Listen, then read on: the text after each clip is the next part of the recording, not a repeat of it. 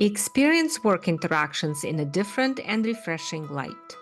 This is the Leader in You podcast, brought to you by EmC Leaders, taking care of the teams you care about.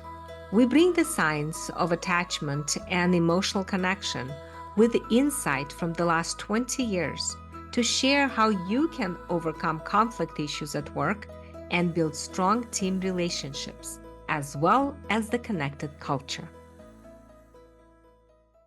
Hello, everyone. Welcome to the Leader in You podcast. I'm Dr. Lola Gershfeld, and today I'm all alone with not actually alone, but with a colleague of mine, Niamh Hannan.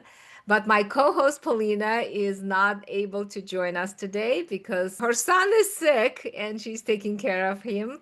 But I'm really, really happy to be here today to share our time with Niamh Hannan, our EmC certified trainer in Ireland. She's going to be doing a training and I want to invite her to talk about it.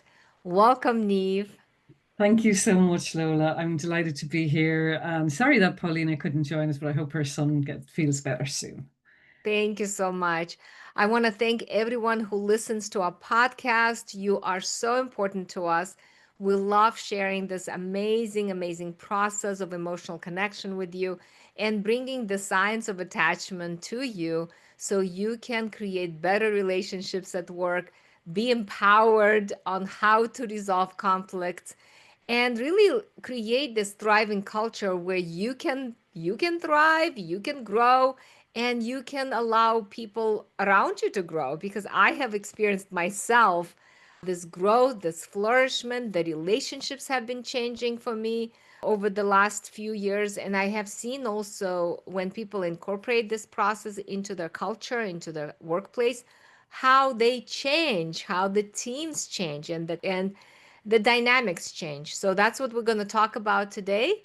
And Niamh, tell us a little bit about yourself first, and then share with us about why you chose to do the EmC training in Ireland. Yeah, thank you, Lola. Well, my background is I'm a chartered psychologist, so I was a therapist for 20 years. And alongside that work, I've always worked with corporates, particularly in the well-being sphere. And then I closed down my private practice in therapy after 20 years. I'd kind of, probably got a bit tired of anxiety and depression and moved into coaching. And I guess for me, this is like EmC just brings everything together, all the work that I have done, all the experience that I have, having worked with emotions, with people, that kind of focus in therapy, and heard so many people's stories over the years that this just makes so much sense to me. And I think everybody needs these skills, and you don't have to go to therapist for that. So I love that about it, that these skills can be taught to anybody, and particularly in the workplace, but they're skills that we can use and spread out anywhere, and apply, as you say, in your home, in your family, in the school, but starting in the workplace. That I just look at all the conflict that there is in the world, and it's one of the greatest sources of distress for people, and because we don't have the skills to resolve it. And we also know, and there's so much research to back it up, that relationships are so key to our long-term health, our well-being, and our long-term happiness. It's like it's like nearly the most important factor, in our lives. And when people come to coaching or to therapy, most of the time, there's the thing that they're struggling with is a relationship. So coaching, they're coming maybe with a workplace relationship. And it's an interesting one because often, particularly in the workplace, I think people do not recognize the impact that we have on other people and the impact that other people have on us.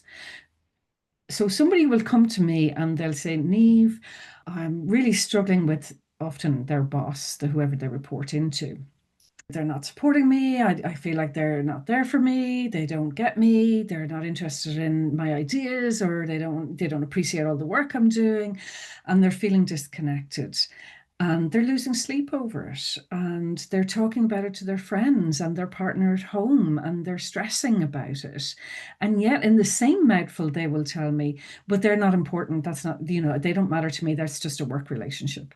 And like, hmm, like their whole system is screaming help because there's a lack of safety in this key relationship. And we know that that's from attachment theory, that that's a key bonding relationship. And yet the logical, rational thinking brain thinks that that's not an important relationship because it's just a workplace relationship. And surely that's not really important. And I think I find that so interesting because their whole system is going into panic mode. Exactly. As you were sharing how much conflict people are experiencing at work, it brought me immediately to 20 or 30 years ago when I experienced work conflicts.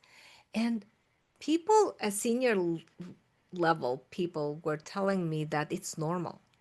Like Mm. you are supposed to have these conflicts, it's going to happen all the time, conflicts.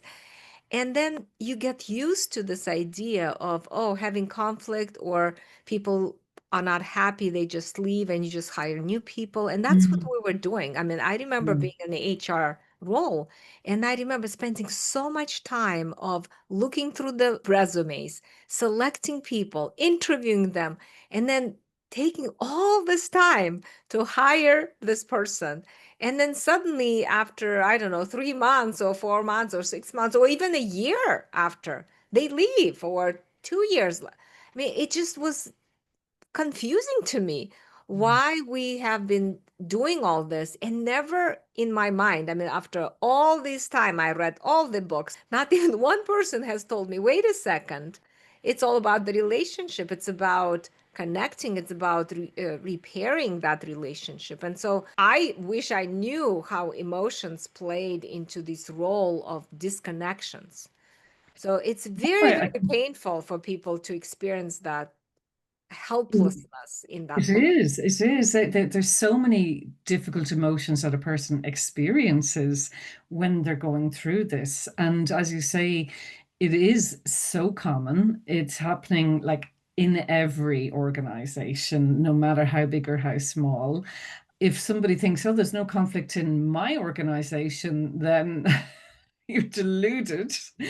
Um, because just because somebody isn't having a fight or an out or hasn't got a grievance procedure doesn't mean that there's no conflict. And that's why I like the use of the word disconnect instead, that there are many disconnections happening in everyday life, and they kind of are the beginnings of conflict. And we think of conflict as more explicit, as people fighting, arguing, like loudly disagreeing with each other.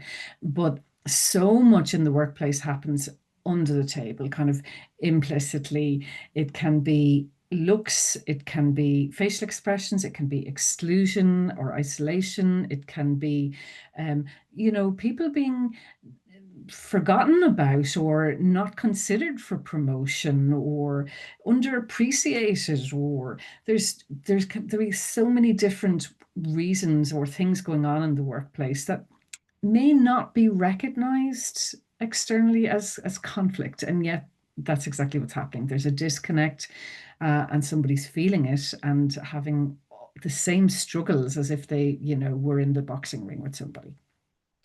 Absolutely. I remember reading this book, and they said that if you walk into the meeting and you can just feel this tension where you can slice it with a knife, you know there's a disconnection happening. Oh, There. absolutely, Yeah. And 100%. so I think people are not really paying attention. You're right. They think conflict, we have to pay attention to the activity that is happening. But as long as people are sitting quietly in their offices, there's no Yeah. conflict. There's everything is going just well and swell. But that is not the case. But I think that links back to what you were saying, Lola, that even, going back to your own experiences 20 plus years ago, which are still happening every day in workplaces all around the world, um, that it's like people, and for HR people, maybe it's like, well, this is a fact of life, and this is why we have all these procedures in place, because this is going to happen. And when this happens, this flag is raised, and this is the procedure to follow. And that's when we get involved. And then you might have employment lawyers, giving advice on how to create those structures and procedures to make sure, and for the protection of employees as well. But none of that resolves the issue or goes to the root of the issue. None of that looks at the emotions that are involved, because emotions, of course, aren't supposed to happen in the workplace. Never mind that the fact that when conflict is, when by the time something gets to HR, usually it's gone very far and it's been very difficult for that person, and it's probably been very difficult for their manager as well, and maybe for everybody else in the team too. And it's like, very often one person is scapegoated and managed out, or they leave of their own accord, and it's hugely costly. This is somebody who was interviewed and maybe went through several interviews to get that job, has been trained up, has learned the job. Like, there's all of that cost of losing somebody who could be brilliant at the job if they were supported in the right way and helped to feel safe and supported in the relationships. And no matter where we work, we're going to be dealing with people, and people have emotions. So you're going to find one of them difficult.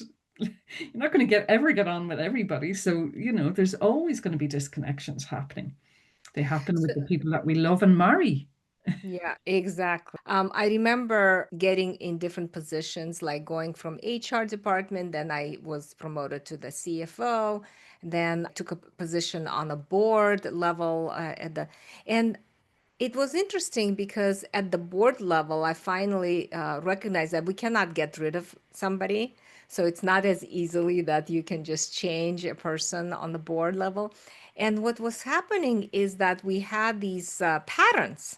I was very confused why we had the same stuck points. Like we would start a board meeting like really nice, excitedly and enthusiastically, but then after about an hour or two, our board meetings dynamics would go really down, really like sidetrack.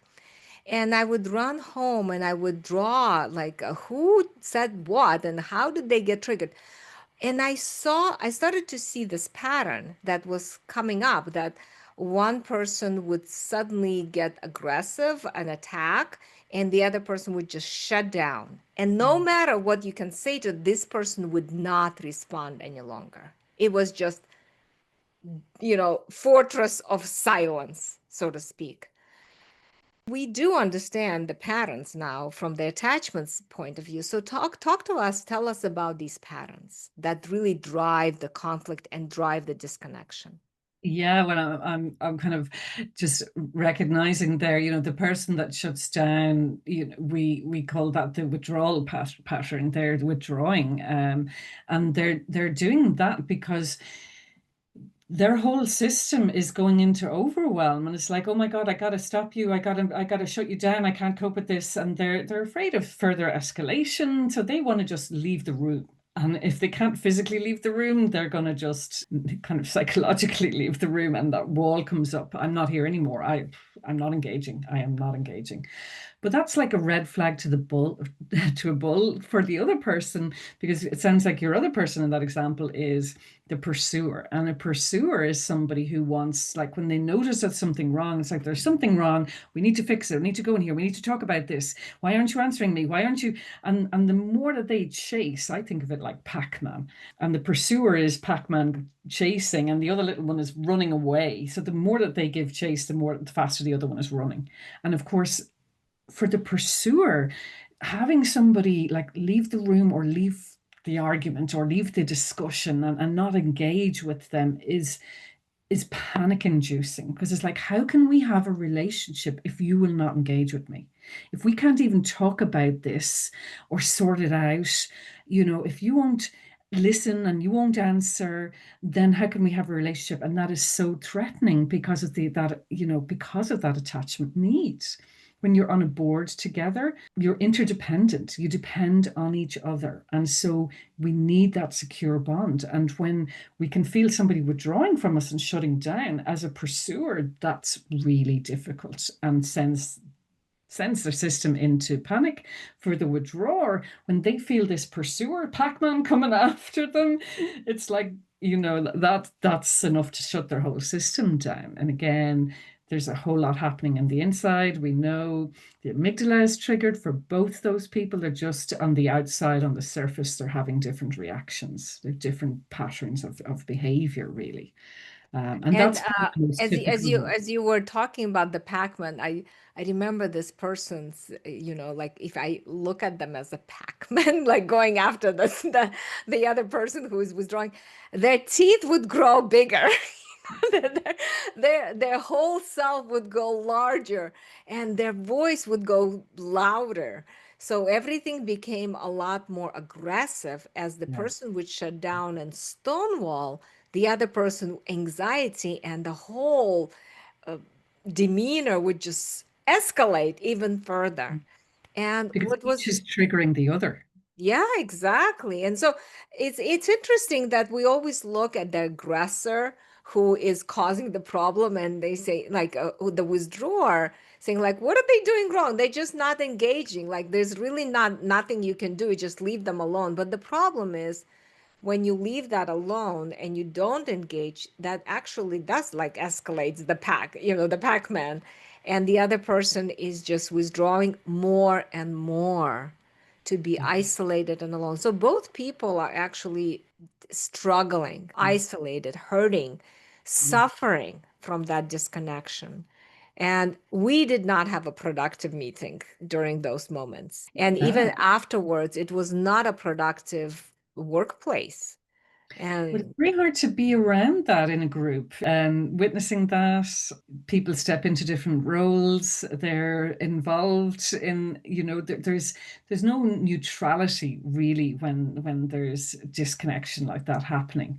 And everybody's nervous system is being triggered in one way or another. So and when we're gone into that kind of emotionally reactive place and our nervous system is firing off like that, then it's absolutely no wonder that no proper work gets done, because you can only have either your emotional brain or your logical reasoning brain in the driving seat. And once your emotional brain is in the driving seat, it has taken over. So you can't just logic your way out of that and reason with the other person and start performing and doing the work again, because your emotional brain is just literally overrunning the rest of your brain. right. I mean, I remember sitting myself in the office after a board meeting and I'm looking at the paper. I know I can do the job, but my brain is not working.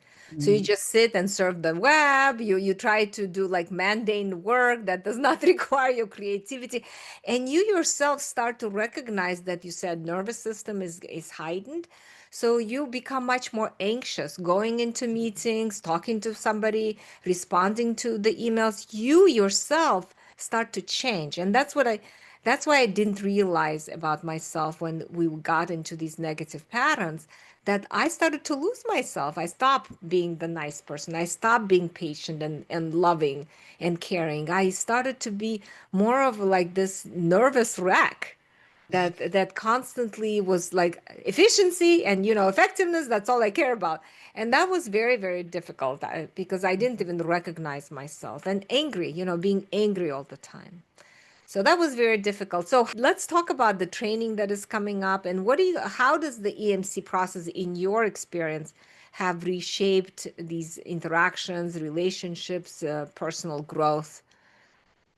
Yeah, well, I think, and I mean, I was talking to somebody because I coach senior leaders, and I was talking to somebody just this morning who was giving me an example of how they left work because they had an excellent manager who really cared about their potential. That manager went out on maternity leave for a few months and then didn't come back.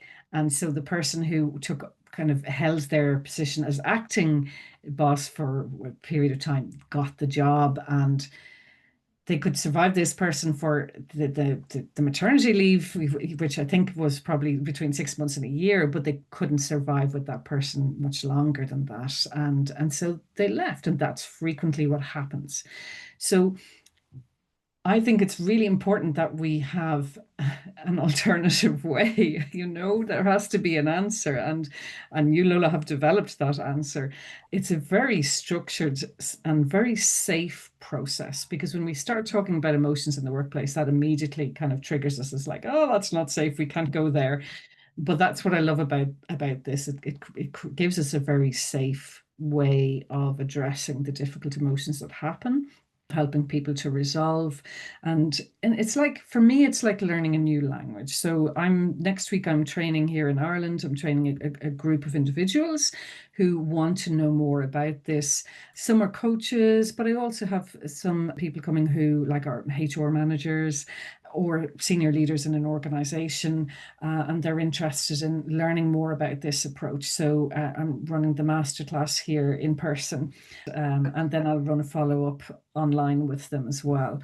And so they will get to learn the reconnection process. They will get to know the steps that are involved in this process to help for themselves first, but for whoever they're working with, whether they're in an organization or they're working with organizations, to help people learn to speak this language, really. And of course, at the beginning, when we try a new language or we're trying a new accent, it feels a little bit awkward, because in very many families, they don't have emotional training and emotional language. We often don't have words, to express how we're feeling or to name even our emotions accurately. And I love, even after 20 years of being a therapist, I learned a huge amount from the structure that's in this, because it means that it helps people to recognize the layers of emotions, and the process is designed in such a way that even as you're going through it, you're de-escalating those difficult emotions and helping people to go beyond the surface layer. Right? Even de-escalation, not that you have to shut the aggressor or the attacker down, but de-escalation of the cycle, right? Of this pattern that is taking over people's relationship, like with my board, with the pursuer and the withdrawer. De-escalation helps them to do what? Tell us about, how does that change the pattern? Well, first of all, even the fact that it's about recognizing that there is a negative cycle happening here. So it's not you keep doing this and finger pointing and scapegoating. It's about shifting any blame away and recognizing there's a disconnect happening in this space and we're both being triggered. And let's identify and slow down and recognize, okay, what's happening here? I've been triggered when this happened, you've been triggered when that happened. So the reconnection process brings you through recognizing, slowing right down and recognizing the different stages in that what's caused me to be triggered in the first place. And you raised your voice at me, Lola. When Lola raised her voice, I went into panic mode, and then recognizing the raw spots that have been hit off in us, because we all have raw spots from all the previous experiences and relationships that we've had in our lives, and inevitably somebody's going to hit off those wounds and those raw spots at some point. And then that triggers a whole set of emotions, and the process helps you to identify those emotions. And by going through these steps, you're building awareness of what's going on for you and bringing it into consciousness, which in itself helps us to process and learn. By naming emotions, we know that actually reduces the intensity of them, particularly the more accurately we can name emotions, that reduces the intensity of those emotions. So again, that's part of the de-escalation process. You're moving from recognizing just what's happening on the surface, which when we're just expressing our surface emotions, that's usually pushing the other person away. Whereas when we can then recognize what's happening under the surface and our softer emotions, it makes it easier for the other person to then hear what's going on for us, and kind of give us that space and give us that time and recognize, oh, I'm actually dealing with another person here. They're not. I thought I was dealing with an ogre there who was shouting at me and shutting me down.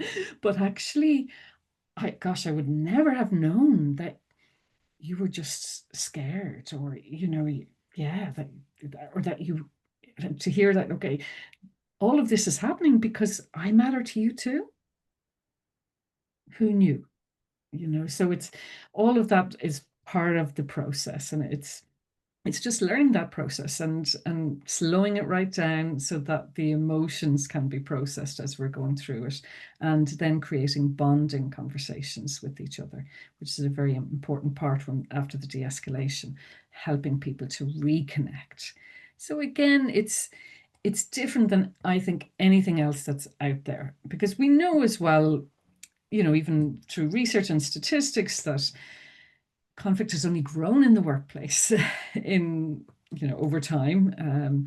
There's one set of data that we use that shows that in 2008 the average employee was spending 3 hours a week dealing with conflict.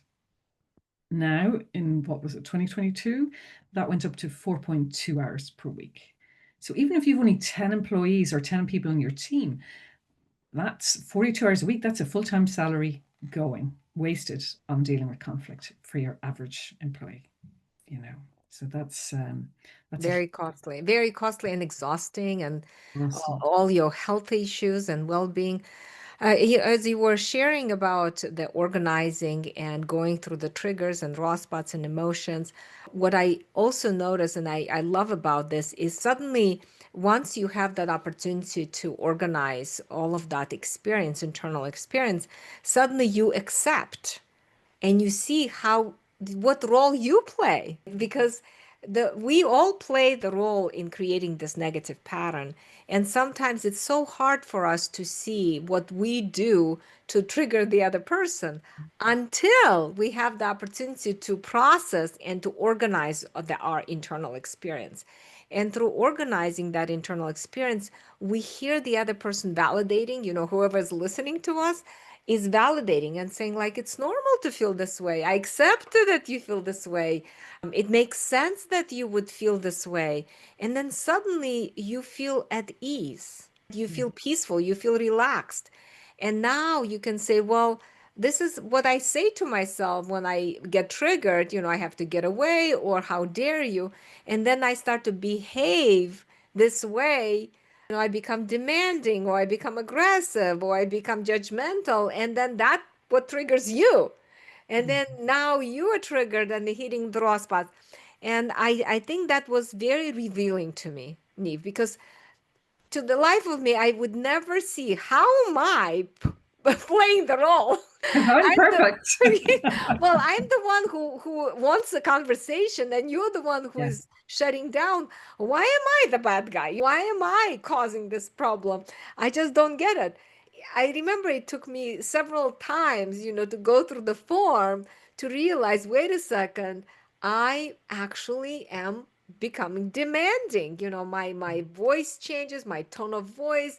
I go very fast. My words are hitting like arrows, right, going through and the other Yeah, and it person. comes and that and it's interesting because we're probably both pursuers, it sounds like, naturally, and I think a lot of people who go into coaching or therapy are probably pursuers Mhm. because they want to find the solution, they want to fix problems. So there's a positive intention behind the behavior, Yeah, but similarly, there's a positive intention behind the withdrawers' behavior, yeah. which is, let's calm this down, let's shut this down, let's avoid conflict, this is not going to be good for us, so I don't want to scream at you, so I'm going to just I'm just zip. gonna go to my office and do my work. And particularly in the workplace, I think even natural pursuers often go into withdrawer mode Mhm. because to try and keep that professional veneer and try and keep things calm in the workplace and not explode, um, and so you get a lot of withdrawer behavior, but pursuer behavior then comes out in other ways, like there's problems with everything, as you say, that kind of demanding or criticism. It Yeah. comes across as criticism, and yet each person has a positive intention behind it. And as you say, when you bring people through the process, it's like you're removing the blame and the judgment, so that creates safety. And when we feel safe, then it's like, we can relax and we don't have to push as the pursuer and we don't have to withdraw as the withdrawer. It's like, I feel safe enough to actually, I'm being seen here. Even these difficult feelings are being validated, and it's understood that my behavior is because of what's going on. And so it's like, it's not permitting bad behavior, but it's actually helping people to come to the realization that, oh, I do this because of that, and actually that's triggering you. And now that I'm aware of that, yeah, I'd prefer not to be triggering you. Actually, what I've found is that the behavior starts to diminish. Mm. That response of being demanding or aggressive, it starts to be diminished from being connected again. And I like what you said, the bonding moment. I think that is really a revolutionary step in the repair process, is to be able to share and repair that connection through the conversation where I can share my vulnerability and I also can ask for what I need. Yeah. And that when the other person responds to what I need, suddenly it's like, oh my gosh, I'm back to normal. Do Mm. you, I don't know if you've ever experienced that, but I start to, like, I feel a shift suddenly. And it's like, boom, the light bulb goes on, the brain lights up, and suddenly I see the light. I see life ahead of me. And you mentioned again feeling back to normal, and that's because the nervous system is recalibrated because you're safe to be you Yeah, again. yeah, But in fact, I think this process can bring people better than back to normal, because the relationship can often be better than it was before, because now you have a language to communicate and you understand each other at a different level. So you're actually bonding at a different level, and that makes it safer then for you to have these conversations for future disconnections, because the chances are that there's going to be some other disconnect with this person again. But now it's like, now it's okay, because we recognize in each other. I recognize now when I've triggered you, and I recognize because I know what it is that you need from me when you're feeling triggered. And that means then you don't have to go into those protective behaviors to the same degree. And likewise, you do the same for me. It's preventative as well as curative or restorative. Yes, I love it. One other thing I like about what you just said is that we both start to learn about each other and we are both working on that relationship. It's like, it's not like me fighting the cycle, it's not you fighting it's like we're both changing the cycle together. Yeah. And that is just amazing to me. Niamh, tell us how people can find you and if they want to sign up for this training that is coming up on October 2nd and 3rd. If you're listening and you're in Ireland or in UK. Absolutely. Yeah. If you're interested and you're listening in time for this particular training, then get in touch straight away with Niamh. I'm Niamh at niamhhannan.com, or my website is niamhhannan.com. I'm going to spell that out because for any non-Irish listeners, my name sounds quite different than what it looks like. So my first name, Niamh, is Niamh, and my surname is Hannan. So it's niamhhannan.com. But you can find me on LinkedIn. And if you're listening or watching this at a later date and you've missed the October training, and you're interested in learning more, whether training as an individual or potentially bringing me in for your team, just get in touch. We have a no obligation conversation. I'm not a salesperson. I'm not pushy in any way. So it's just a conversation to see how this can help you and your team or your organization. You So also have a good YouTube channel. I know your webinars on your YouTube, which I really yeah, enjoy watching it myself. So I highly recommend those. And your YouTube channel is Niamh Hannan as well? yeah, it's Niamh Hannan as well. I think it's probably Niamh_Hannan. But again, if you Google that, you'll find it easy enough. And obviously your own website, Lola.emcleaders.com. Yes. So that is so much information, so many resources. You're very generous in all that you share there. If anybody goes into the resources section. There's just so much there that they can find out about. So yeah, speak to one of us depending on what part of the world you're in.